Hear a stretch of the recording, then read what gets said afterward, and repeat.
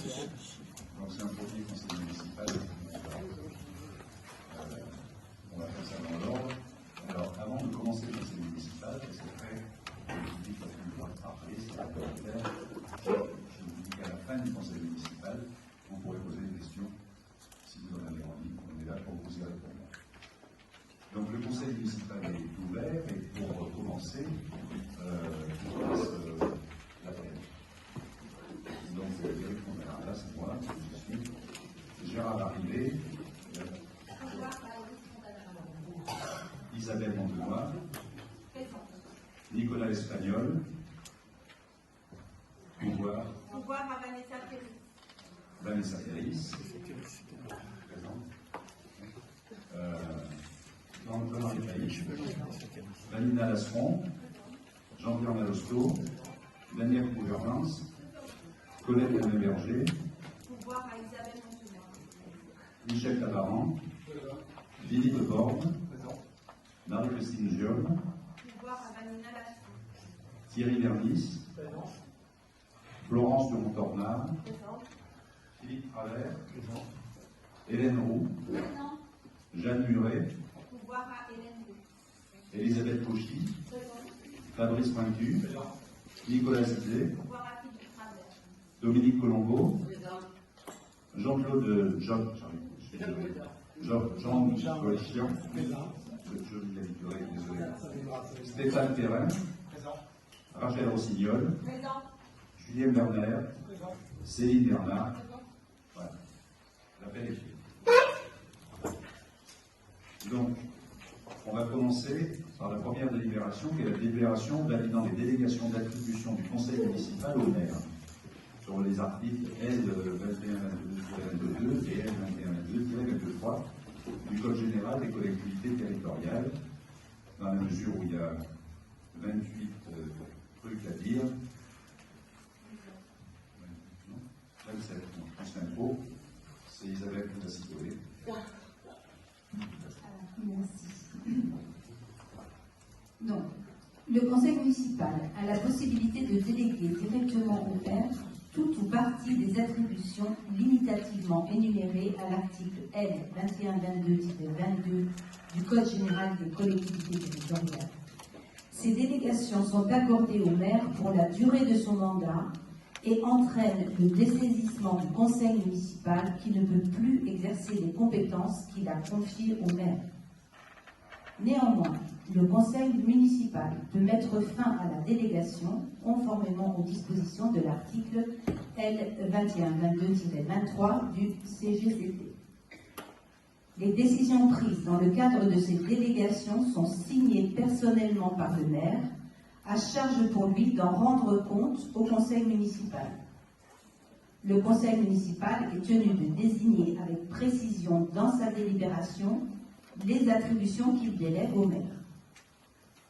Par conséquent, le maire peut, par délégation du conseil municipal, être chargé en tout ou partie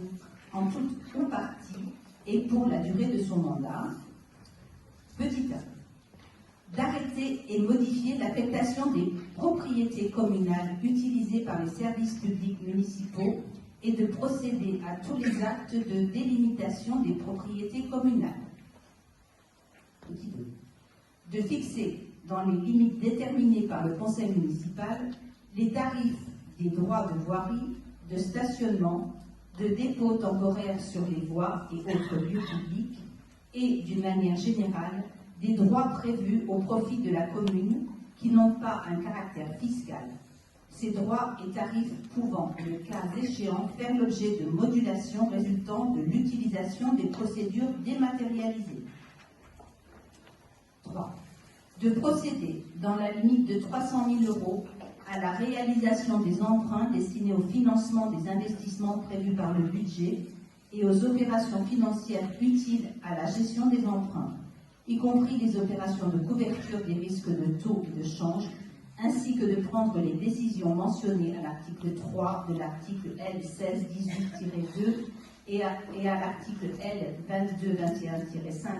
2221-5-1, sous réserve des dispositions de ce même article et de passer à cet effet les actes nécessaires.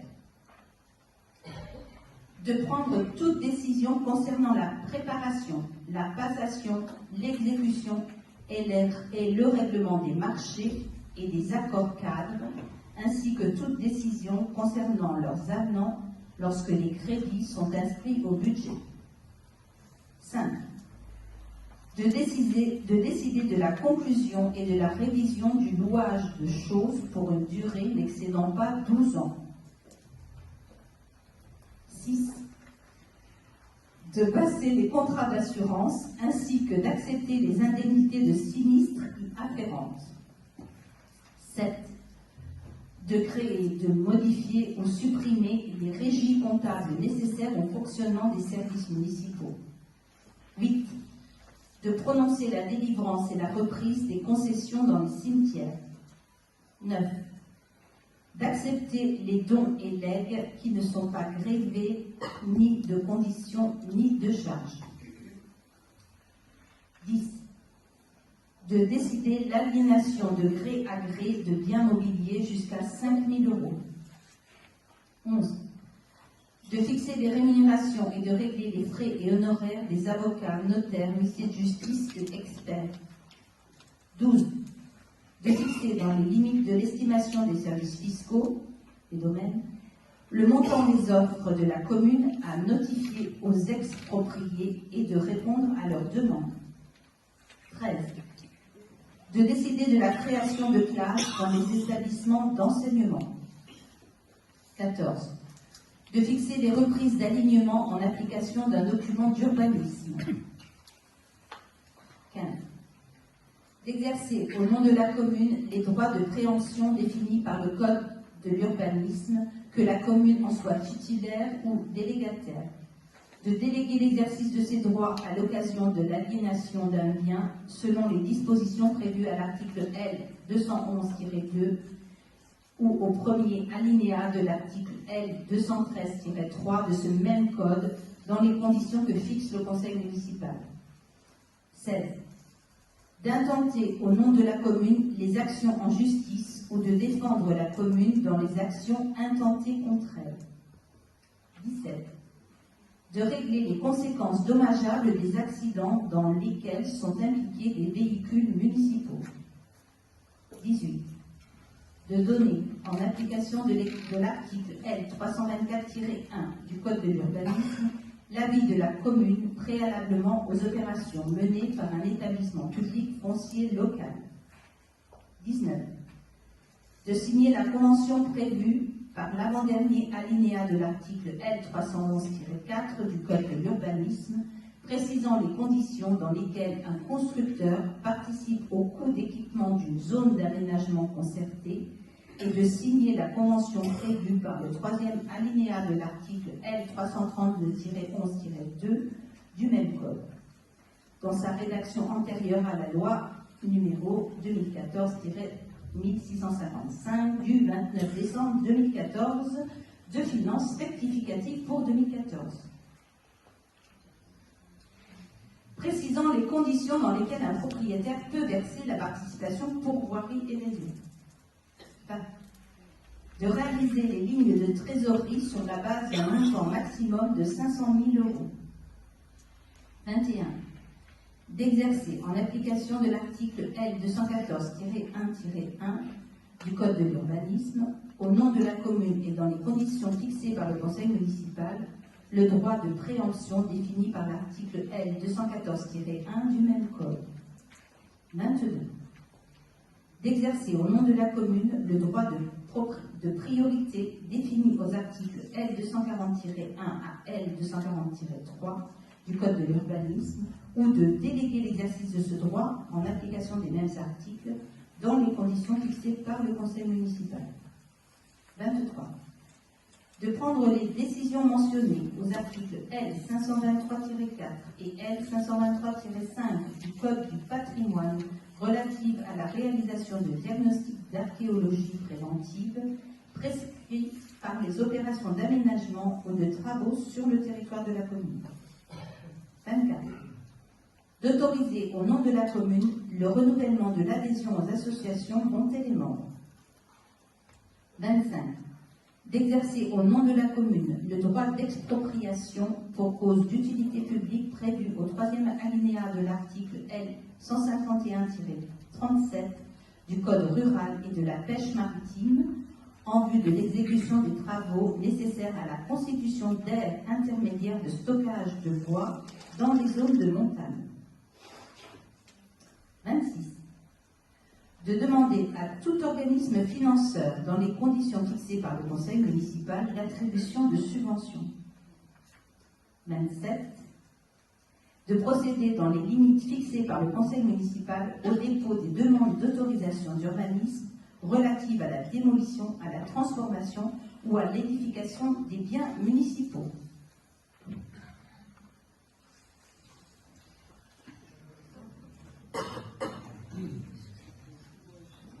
Les délégations susvisées portent sur des compétences de l'Assemblée délibérante. Le maire, titulaire des délégations, prend des décisions équivalentes juridiquement à des délibérations. Donc avant de procéder au vote, est-ce qu'il y a des questions? Non, mais c'est juste sur le 2, il est marqué dans la limite déterminée par le conseil municipal. On n'a pas de somme. On n'a pas encore délibéré. On le déterminera. Lors de la première délibération du premier conseil municipal, on doit faire cette délibération. Donc on déterminera ce qui doit être déterminé. Non. Voilà. Après, dans la limite à la 3, dans la limite des délégations du maire, 300 000 €, c'est ce qu'avait M. Montroussier. On avait dit que c'était un peu. On pensait qu'il allait y avoir des délibérations intermédiaires. Non, on le laisse comme ça. On le laisse comme ça, d'autant plus qu'il est quand même extrêmement peu probable qu'on fasse un emprunt supplémentaire. Oui, j'espère bien. Après, c'est toujours pareil, c'est les conditions fixées par le conseil municipal, donc ça sera la prochaine délibération, donc ça va. Non. Est-ce qu'il y a d'autres questions? S'il n'y a pas de questions, on va voter. Qui vote contre? Qui s'abstient? Merci. Alors, deuxième délibération. Délibération validant le montant des indemnités de fonction du maire, des adjoints au maire et des conseillers municipaux ayant délégation. Les indemnités de fonction des élus fixées par les articles L2123-23 et L2123-24 du Code général des collectivités territoriales sont calculées sur la base d'un indice brut terminal de la fonction publique, d'un pourcentage variant selon la population de la collectivité et du type de collectivité. Le montant maximum mensuel de l'enveloppe globale des indemnités du maire et des adjoints est fixé à 10 064,09 €, soit 120 780,23 € annuels pour notre strate de population. Il est proposé pour 2026 une enveloppe mensuelle de 9 699, soit 108 083,88 € annuels, inférieur de 11% au plafond autorisé. L'article L2123-24.1 du Code général des collectivités territoriales permet d'attribuer à des conseillers municipaux délégués des indemnités de fonction. Ces indemnités doivent être obligatoirement incluses dans l'enveloppe globale des indemnités allouées aux maires et aux adjoints. Le montant des indemnités de fonction du maire, des adjoints au maire et des conseillers municipaux délégués se répartira ainsi. Le maire, 31,5% de l'indice brut terminal de la fonction publique. Adjoint au maire, 21% de l'indice brut terminal de la fonction publique. Conseillers municipaux avec délégation de fonction, 9% de l'indice brut terminal de la fonction publique. Conseillers municipaux délégués, 3% de l'indice brut terminal de la fonction publique. Ça, c'est la délibération officielle. Après, il est des questions de montant. Alors, à titre, je peux vous parler de ça. Donc, à titre de montant, le maire, dans la précédente mandature, avait un brut enveloppe annuel en euros de 35 099,04. Le maire actuel s'attribue une indemnité mensuelle de 15 537,77, soit une baisse à peu près de 60% de son indemnité. Ceci pour permettre aux adjoints et aux délégués d'avoir des indemnités qui correspondent à leur travail.